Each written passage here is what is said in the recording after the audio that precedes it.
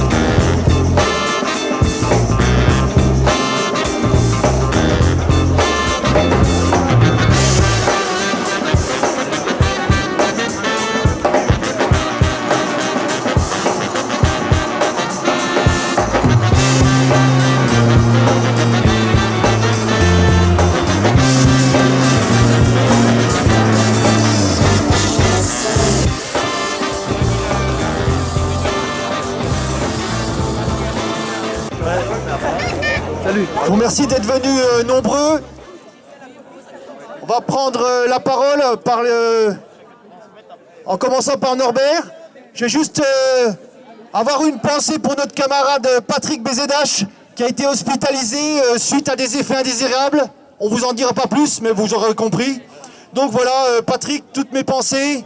On est avec toi et on sait très bien que tu es avec nous, au moins par la pensée. Alors pour Patrick, merci.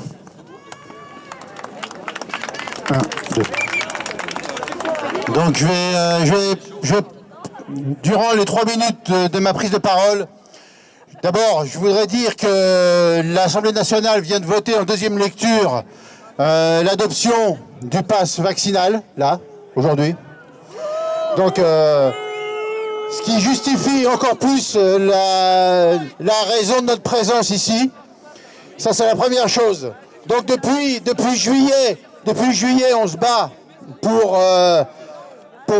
protester contre des mesures qui sont de plus en plus liberticides. C'est des mesures d'empêchement de la vie sociale.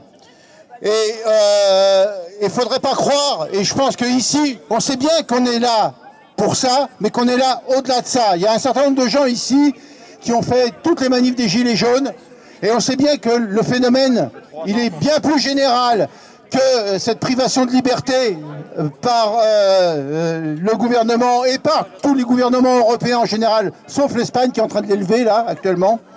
Mais on est là aussi parce que cette société, elle est invivable. Elle devient de plus en plus invivable. Elle pue la mort, elle pue la dictature, elle pue la misère. Donc je tenais à dire que on a bien raison d'être là, qu'on doit continuer à se battre et qu'on doit relier ce combat. Parce qu'on est tous des travailleurs, nous aussi. On ne se contente pas seulement de se faire vacciner ou de ne pas se faire vacciner, mais on travaille, on se fait exploiter toute notre vie dans une société qui est de plus en plus invivable et qui est pourrie par le capitalisme, pourrie du point de vue social, du point de vue écologique.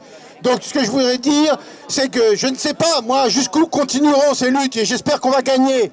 Mais de toute façon, on n'est pas prêt de lâcher la rue parce que la société, c'est nous qui la changerons et il est nécessaire qu'on la change. Voilà. La parole est à Fred. T'appelleras l'autre après. Il y a l'organisation, c'est bien. Oui. Bonjour tout le monde. J'espère que tout le monde va bien. Malgré le contexte compliqué en ce moment. Est-ce que tout le monde entend là? Oui? Ouais, c'est bon. Ok. Donc voilà, la dernière fois, on était plus de 1500 dans les rues de Besançon. Ça, on peut en être fier, parce qu'on est de plus en plus. Et à un moment, c'est dans la rue que ça se passe. parce que là on voit que le pass vaccinal, ils sont en train donc de l'adopter. Donc la plupart des politiques acceptent ça. Heureusement, il y en a qui sont contre. Il y a aussi des syndicalistes qui sont contre. Voilà, on arrive à être dans une société de contrôle permanent. C'est les citoyens qui vont contrôler d'autres citoyens. On est toujours contrôlés. Tout ça, c'est pour nous tenir. Ils sont passés du pass sanitaire au pass vaccinal. Ils regardent jusqu'où on accepte notre degré d'acceptation. Et à un moment, il faut arrêter de tout accepter. Parce que ce qu'ils veulent à un moment, c'est nous contrôler pour qu'on puisse plus revendiquer. Parce qu'ils vont nous écraser, ils vont continuer à nous exploiter. Et c'est pour ça qu'il faut toujours continuer à se lever. Là, ici, tout le monde est convaincu, mais c'est aux autres qu'il faut essayer de parler. C'est pour ça que dans la manifestation, quand il y avait les enseignants, on a essayé de faire passer le message que c'est sûr, il y a toutes les revendications par rapport à la protection des salariés. Ça, on peut comprendre. Mais il n'y a pas que ça. Il y a aussi les soignants suspendus. Il y a aussi le pass vaccinal, le pass sanitaire qui met de côté des gens. Et ça, on ne peut pas accepter. Comme faire société, on ne peut pas accepter. Donc c'est très bien qu'on soit tous là. Il faut être de plus en plus nombreux. Et voilà, qu'on soit vacciné, qu'on ne soit pas vacciné, c'est le choix de chacun. Chacun a le choix. Voilà, mais ce qu'on ne peut pas accepter, c'est qu'il y ait des gens qui soient mis au banc de la société, c'est qu'il y ait des soignants suspendus, des salariés suspendus qui n'ont plus de salaire. On ne peut pas accepter. Donc c'est bien, vous n'acceptez pas, mais il faut être de plus en plus nombreux. Voilà, merci.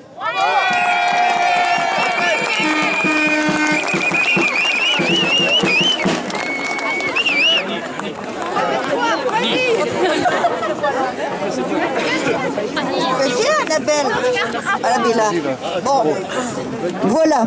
Alors, comme l'a dit Norbert, il y a 3 ans, il y a eu, avec le mouvement Gilets jaunes, une union, quelquefois avec des associations, quelquefois avec les syndicats, pour plus de justice sociale, fiscale, climatique et plus de démocratie.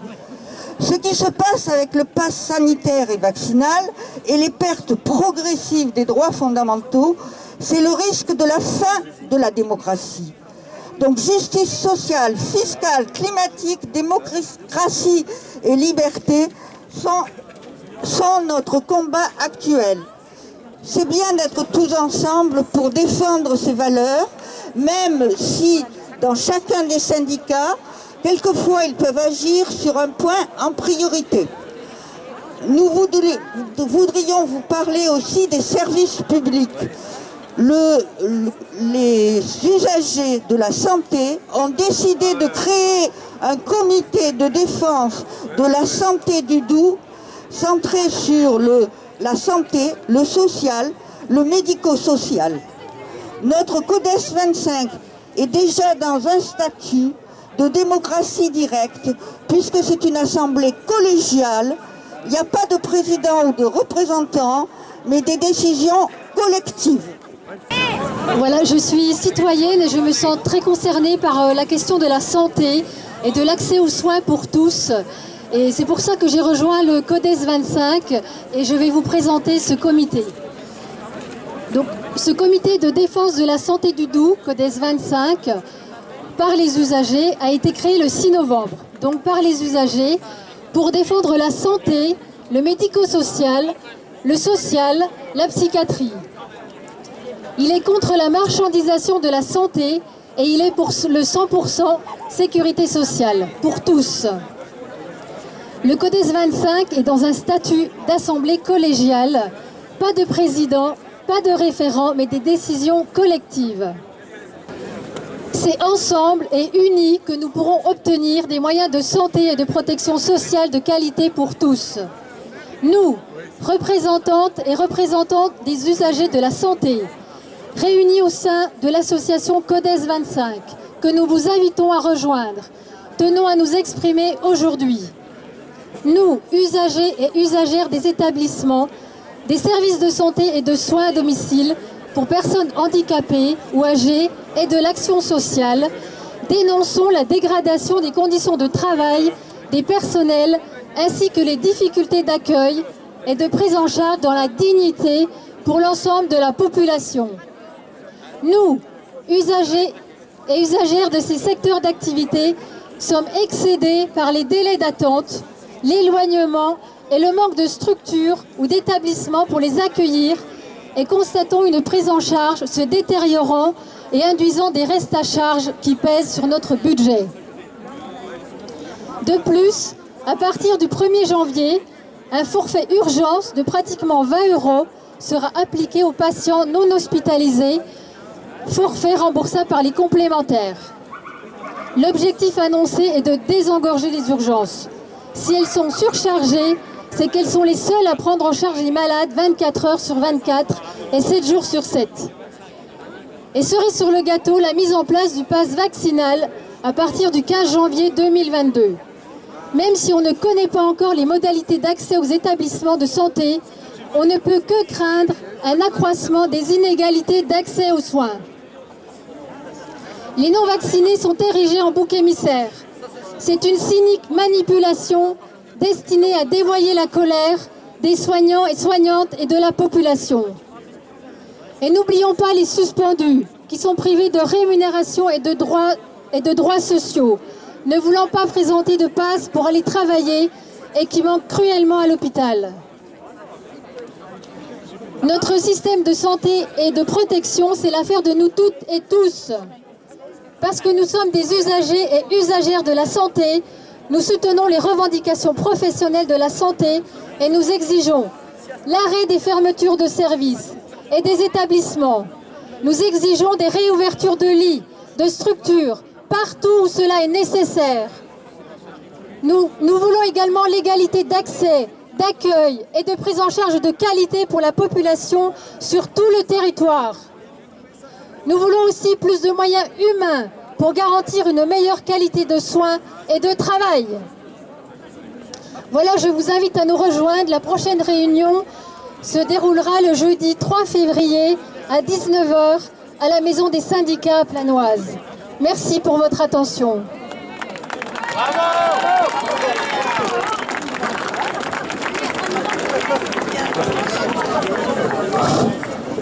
Je me permets de dire à M. Macron deux principes portés par la Constitution. La République est faite par et pour le peuple. Elle n'est pas le jouet du président. Les citoyens sont les employeurs du président. Ils sont en droit de lui demander des comptes. Quand on voit au niveau social l'augmentation du gasoil, de l'essence, de tous les prix, au niveau sociétal, Macron se permet de dire que les non-vax sont des non-citoyens. Quand on voit la restriction du chômage, qui restera de droit aux chômeurs, au niveau des coûts, quand on voit le grand débat, la Convention citoyenne, et le peu de cas qu'il en a fait, quand on voit au niveau du climat, la COP26, dont le discours de clôture commençait par « je m'excuse », histoire de faire comprendre aux gens qu'il n'y a rien qui s'était passé.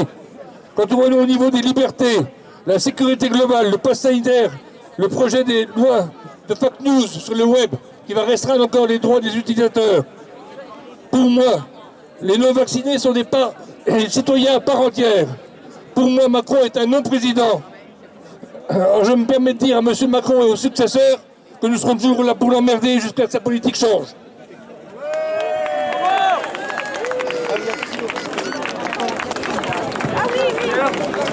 Bonjour. Les atteintes aux libertés et la tentative d'instauration d'une société de contrôle ne datent pas d'aujourd'hui. Je vous parle au nom du CDDLE, collectif de défense des droits et libertés des étrangers. Il est important de souligner à cette occasion les contrôles dont les étrangers sont l'objet de façon incessante, demandeurs d'asile ou non, exilés, réfugiés statutaires ou non. Ils sont l'objet depuis longtemps de ces entraves, de ces atteintes aux libertés et servent bien souvent de cobayes dans ce domaine par rapport à des mesures qui ensuite sont appliquées à la population tout entière.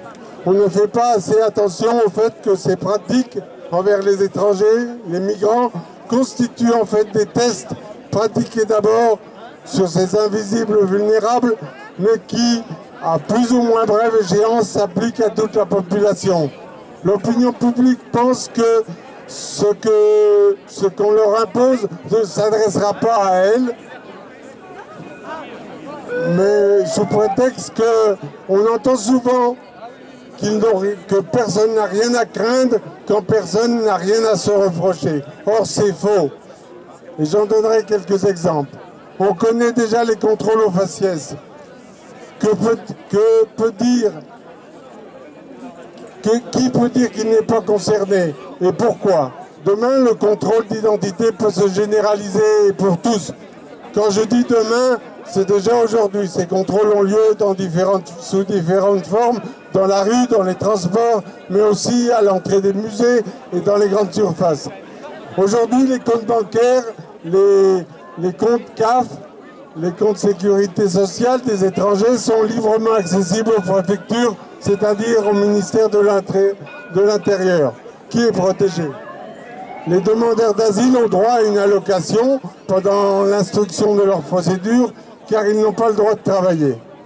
Cette allocation est versée sur un compte et ils disposent uniquement d'une carte pour payer leurs dépenses, sans jamais pouvoir retirer d'argent liquide. Le demandeur d'asile ne peut payer que par cette carte. Ainsi, le ministère de l'Intérieur sait ce qu'il dépense au centime près. Avec la disparition de la monnaie liquide et des distributeurs de billets, cette mesure ne risque-t-elle pas de se généraliser? Que dire de la dématérialisation des services dont nous connaissons tous déjà les écueils dans nos vies? Toute démarche en préfecture est gérée par des prises de rendez-vous en ligne que la préfecture peut annuler sans motif et sans remplacement proposé, sans un rejet, soit un rejet sans suite et sans interlocuteur.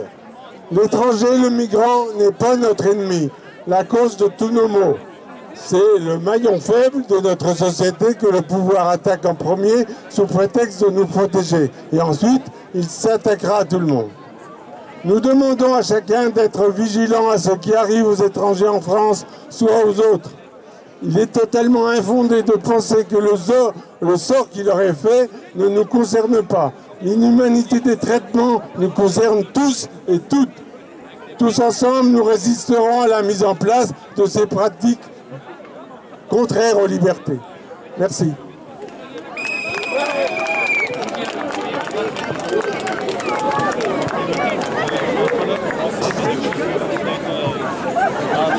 Alors, je vais vous lire le texte qu'un certain nombre de syndicats et de partis politiques de gauche ont écrit aujourd'hui pour appeler à ce rassemblement.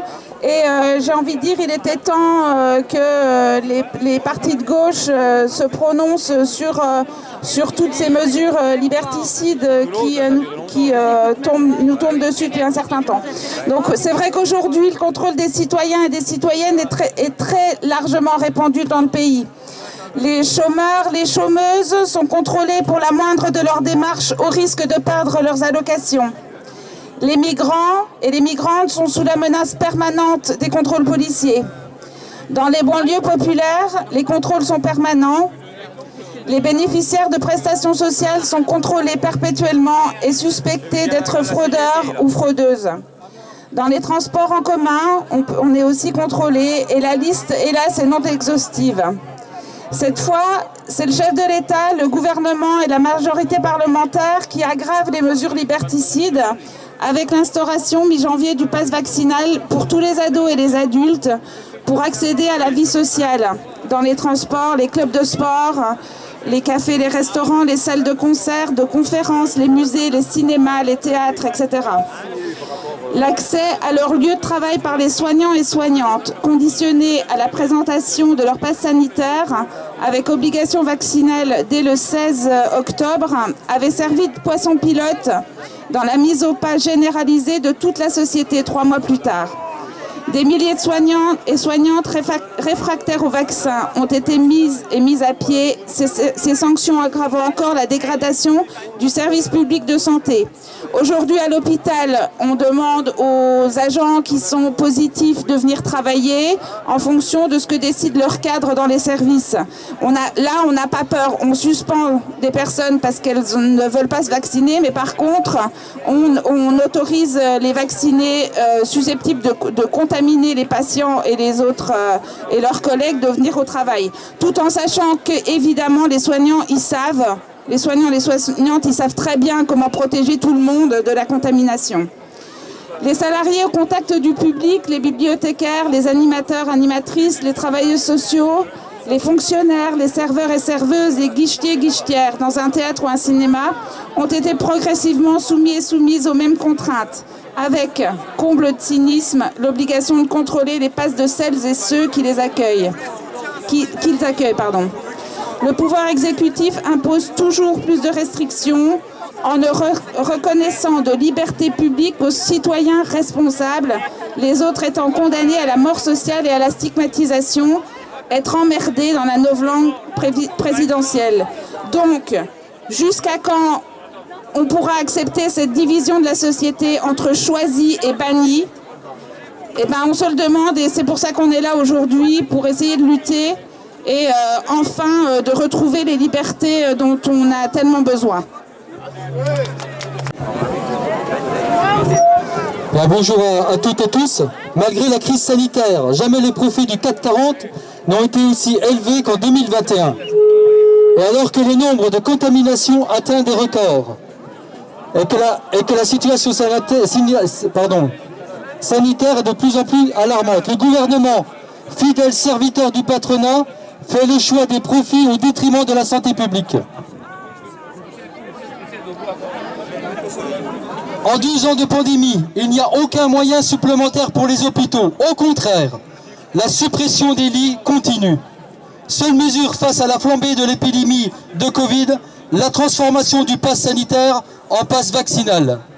La CGT rappelle qu'elle s'est toujours opposée au pass sanitaire et qu'en conséquence, bien évidemment, elle s'oppose au pass vaccinal. Nous estimons que chacun a le droit ou pas de se vacciner. L'hypocrisie du gouvernement se démontre clairement lorsqu'après avoir suspendu des soignants non vaccinés, les salariés positifs au Covid, asymptomatiques, ils sont obligés d'aller travailler à l'hôpital Nord de Franche-Comté. Le moyen de mettre fin à l'épidémie de Covid serait de permettre la vaccination universelle, c'est-à-dire d'arracher la levée des brevets aux multinationales pharmaceutiques. L'humanité entière doit pouvoir être vaccinée. Tant qu'en Afrique ou ailleurs, des millions de personnes seront privées de vaccins, de nouveaux variants apparaîtront avec tous les risques que cela comporte. À la crise sanitaire s'ajoute la crise sociale. Partout, nos conditions de travail se dégradent, les prix augmentent, alors que les salaires et les pensions de retraite stagnent. Et la réforme de chômage remet en cause les indemnités des privés d'emploi. Le télétravail se généralise pour certains d'entre nous, le but étant de se protéger soi-disant. La CGT demande que les travailleurs qui sont à la production le soient également protégés, avec la possibilité, pour ceux qui le souhaitent, d'être vaccinés sur le lieu de travail pendant leurs heures de travail. Face aux attaques du patronat et le mépris du gouvernement qui est à son service, la CGT demande le retrait du pass sanitaire, la levée des brevets sur les vaccins, l'abrogation de la réforme du chômage, l'augmentation bien évidemment de nos salaires et des pensions de retraite. La CGT rappelle que le rapport de force entre les travailleurs et les travailleuses face au patronat se construit d'abord dans les entreprises et par la grève. C'est nous en effet, soignants, livreurs, caissières, ouvriers et autres travailleurs qui produisons toutes les richesses de ce pays. Nous sommes la première richesse des entreprises. Sans nous, ils ne sont rien. Merci.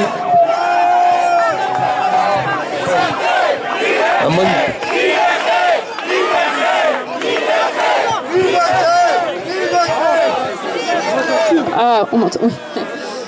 Excusez-moi, je vais pas parler longtemps, je sais, il fait froid, faut qu'on marche, il faut aller danser. Encore, HK. Je veux juste parler par rapport... Oui, je suis la dernière à parler apparemment parce que les gens vont s'en aller. Donc apparemment, les professeurs, instituteurs ont manifesté pour le bien-être des enfants jeudi. Non, c'est pas vrai. Ils veulent de FFP2. Ouais, on veut de FFP2. Ils prennent nos enfants pour des virus sur pattes. Oui, ils ont peur, ils ont très peur. Et le bien-être de l'enfant, moi j'en parle depuis le début parce que ça me prend aux tripes, parce que c'est horrible. Personne n'en parle ou très peu. Si heureusement il y a des collectifs qui se montent, mais heureusement, merci et merci encore. Et ces professeurs, ils prennent nos enfants vraiment pour des virus, ils ont peur. Et on ne parle pas des dépressions chez l'enfant, chez l'adolescence, chez le jeune adulte, des taux de suicide qui explosent. Les psychologues, les psychiatres sont débordés. Je voudrais aussi parler de ces pharmaciennes et pharmaciens qui mettent des messages sur Facebook et qui disent... Alors je les comprends, elles ont un petit peu le cul entre deux chaises, elles disent « Mon Dieu, on fait des tests à longueur de journée, on maltraite les enfants. » Mais arrêtez! Arrêtez de faire ça, putain, vous voyez bien que vous êtes maltraitante. Mais arrêtez, vous faites saigner des nez, vous martyrisez des enfants, mais ils vont dire quoi plus tard? Ils auront quoi dans la tête, ces gamins, putain, mais arrêtez, faites des grèves, venez nous rejoindre, bordel de merde. Putain, c'est pas possible. J'en ai marre de voir cette misère, cette maltraitance. Je ne fais pas tester mes enfants. J'en ai retiré un de l'école. Les deux autres vont encore à l'école. À chaque fois qu'il y a un cas, je ne les fais pas tester. Ils respirent pendant une semaine tranquillement. Ils n'ont pas des cure-dents qui viennent leur bousiller le cerveau là-haut. Mais putain, c'est quoi ça? Oh! Stop! Donc maintenant, il faut prendre position, parce que tous les gens qui ne prennent pas position, personne qui ne prend position, consent. Ça veut dire qu'ils sont d'accord avec toutes ces mesures horribles. Maintenant, il faut dire non, il faut dire stop. Merci et bonne manif.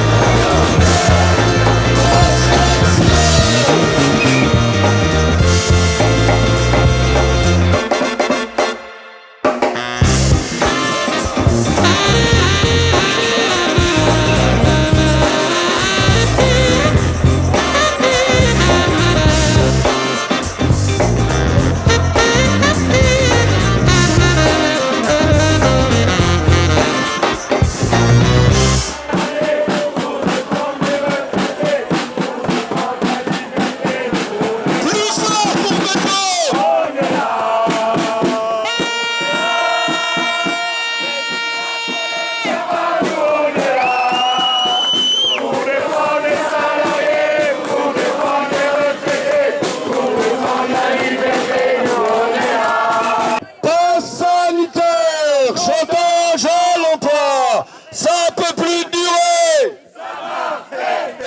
Mais on va pas laisser faire. Mais on va pas.